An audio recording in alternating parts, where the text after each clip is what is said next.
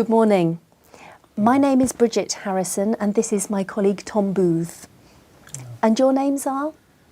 I'm Ollin. Ollin? And I'm Rodrigo. Thank you. Could I have your mark sheets, please?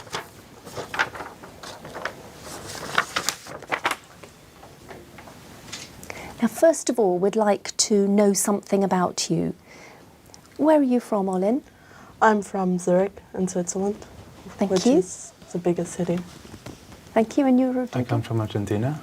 Although I live in the capital, I'm from another city in the north of the country. Are you working or studying at the moment, Rodrigo? Well, I finished university and I worked while I studied, but now I'm taking kind of a year off and studying a little bit. And you, Ollin? Well, I haven't been to university yet, but I'm also taking a gap year. Yeah. Thank you. Do you have much opportunity to travel, Ollin? Yes, luckily I have. I have traveled a lot with my parents. We've seen a lot, but also my school offers a lot of trips around Europe, not to other parts of the world, but that's still a nice opportunity to have. And Rodrigo, how good are you at organising your time? Oh, that's a good question. I think I'm pretty good, but sometimes I keep putting off things till the end and procrastinating and doing that kind of stuff. I try to set deadlines, but sometimes I find it quite difficult. Yes. Thank you. Now, in this part of the test, you're going to do something together. Here are some pictures of people in different situations. First, I'd like you to look at picture A and C and talk together about how common these situations are in your country. You have about a minute for this, so don't worry if I interrupt you. Okay. Well, first I think the first picture looks like a square with some restaurants and people having dinner outside. Is that common in your country? No, not in Switzerland. It's a little too cold for that. I think it's more typical Italian or Spanish. Well, that's the reason, because in Argentina we have a very big Italian influence, so we have these kind of restaurants and we have dinner outside, usually in squares or in parks or just next to the road. It's Well, quite I'd love common. to have it more often in Switzerland. Yeah. How about the second picture? The second picture, well, it's just, well, I'm just looking at his face and I think he might be Oriental. It's in some place where they're just selling fish, or, I don't know, maybe they just fished them and... Thank you. Okay. Now look at all the pictures. I'd like you to imagine that a television documentary is being produced on working in the food industry. These pictures show some of the issues that are being considered. Talk together about the different issues related to working in the food industry that these pictures show. Then decide which issue might stimulate most interest. You have about 3 minutes to talk about this. Well, it's an interesting topic, isn't it? First, hot and cold drinks. Here in Cambridge I've seen this stall selling or either crepes or another kind of stuff, and I think they're pretty common around the world. Do you think that this picture is quite useful or will catch attention of the readers? Well, it shows, it represents, I think, the whole fast food economy, which might not be representative for the whole food industry, but it's still a very important aspect of it. Comparing that picture, for example, to picture A, which reflects a whole different atmosphere and a whole different aspect. It also includes more like the service aspect of the food industry that's not just about food. I agree, because picture B is more fast food, something quickly in the move, whereas picture A is more like enjoying a meal, a social event, So yeah, I think you're absolutely right about it. And how about picture D? Well, it contrasts picture B because it shows the natural aspect of food, which has become very rare, I think. Yeah, it is quite difficult to find fair trade products and things like that. But what caught my attention was that picture A and B are about eating, and picture D and C they are more about producing food. Yeah, you're right. I had noticed. I think it's right. So, and picture C is, do you like fish? Because it's like the first thing that... Yes, I do. But just as picture D, I think this is something that becomes more rare because most often now it's big factories producing food and doing fish, but I think that small shops are become more and more rare. And you can't see them that often anymore. Yeah, that's true. So I would say that if we have to choose like a main picture, I would choose between A or D. Do you agree with me, or do you have another opinion? Yeah, I think you're right. But I think that picture A combines more aspects than picture D, maybe, because it shows the whole business, not just the production of food, but also how it is served and how people get in contact with it. Yeah, I agree with you. I think picture A is... Thank you. Can I have the booklet, please? Thank you. Now, in this part of the test, you're each going to talk on your own for about 2 minutes. You need to listen while your partner is speaking because you'll be asked to comment afterwards. Ollin, I'm going to give you a card with a question written on it, and I'd like you to tell us what you think. There are also some ideas on the card for you to use if you like. All right? So here is your card. Please let Rodrigo see the card, and remember, Ollin, you have about 2 minutes to talk before we join in.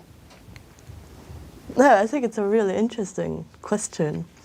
Well, of course, it's a very personal question. Well, for me personally, I prefer making my own decisions. Well, obviously I ask other people for their advice, but at the end I think it's very important that you decide on something because you are convinced by it and not because someone else convinced you for that or persuaded you to take something else. Because you always have to be able to stand up to it and to defend your own opinions, and you can only do so if you actually decided to do it by yourself and did the whole thinking process for yourself. Now that I see the recommendations, I see that they contrast education and work. And during education, I suppose that it's much more important to take others' advice, probably from your teachers and from your parents, because they have had more experience than yourself, and sometimes they even know you better. Most of all when you're just during puberty. So they might take the more decisions with a better base. In work, it's really important to be a team player and to always take into account many different opinions and not just to try to push forward your own thoughts. And Rodrigo, generally speaking, do you think you are a decisive person? Yes, I am. Yeah, I think, although I like to hear some advice, usually from my parents, I like just to ask them and have at least their point of view so I can just gauge what I want to do and myself. Yeah. How about you, Ollin? No, me personally. Well, if people, my parents always want the best for me, so I always have to take their opinion into account. But at the end, it's still my own decision. nothing is going to change that. Thank you.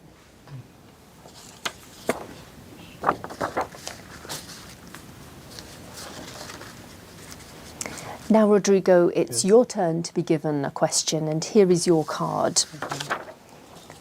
Please let Ollin see your card, and remember, Rodrigo, you have about 2 minutes to tell us what you think, and there are some ideas on the card for you to use if you like. All right? Okay, so the question is about how much are people's decisions influenced by the media. I think nowadays, since we have television and internet, everything is somehow related to the media and different ways of communication and networks. Mainly the spending habits, as I said here, because since we live in a consumption society and a consumption way of living in our society, we like to follow some, I don't know if I would call them rules, but we are somehow influenced by advertisements and ways of advertising. So I think it's very much influenced by media or Facebook, for example. Facebook at the beginning used to be just about talking to people or meeting them or just having fun, but nowadays you enter and the first thing that you see, they're just advertisements or ads about different, I don't know, shampoo or trips or university education. So it's really comprises of a immense variety of things, a really wide range. And about current affairs, when we read the newspapers or we watch television, it's like you have like different point of view. You have left-wing newspapers as opposed to right-wing. You have more central ones. So I think we are always influenced, and it is quite difficult to find yourself with a strong opinion or something, and not being biased by the society. And how much are people's decisions influenced by the media? About entertainment, I think, for example... Thank you, Rodrigo. Okay. And Ollin, what kind of decisions need to be made before TV programmes are broadcast to children? Well, one has to decide whether they are adequate for small children. It always depends on their age, and not just concerning violence, but also other aspects that small children might not be mature enough to think about and to realize what it means. Do you agree, Rodrigo? I agree, and also I've noticed that it used to be more controlled but nowadays even you have more strong scenes. You can find stronger scenes in TV just in early hours or in the afternoon, which sometimes it strikes, I think, or catches my attention. Thank you. Yeah. Now, to finish the test, we're going to talk about decisions in general. Nowadays, there are so many products to choose from that it's impossible to choose. To what extent do you agree?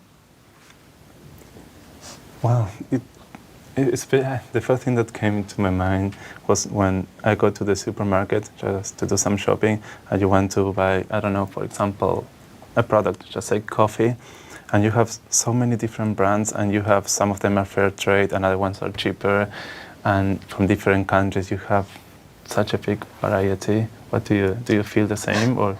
I actually feel mostly overwhelmed when I'm in the supermarket.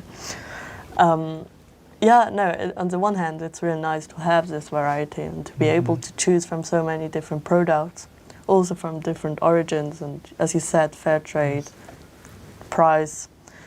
Yeah, but I mostly feel overwhelmed, and for me it's actually a little too much.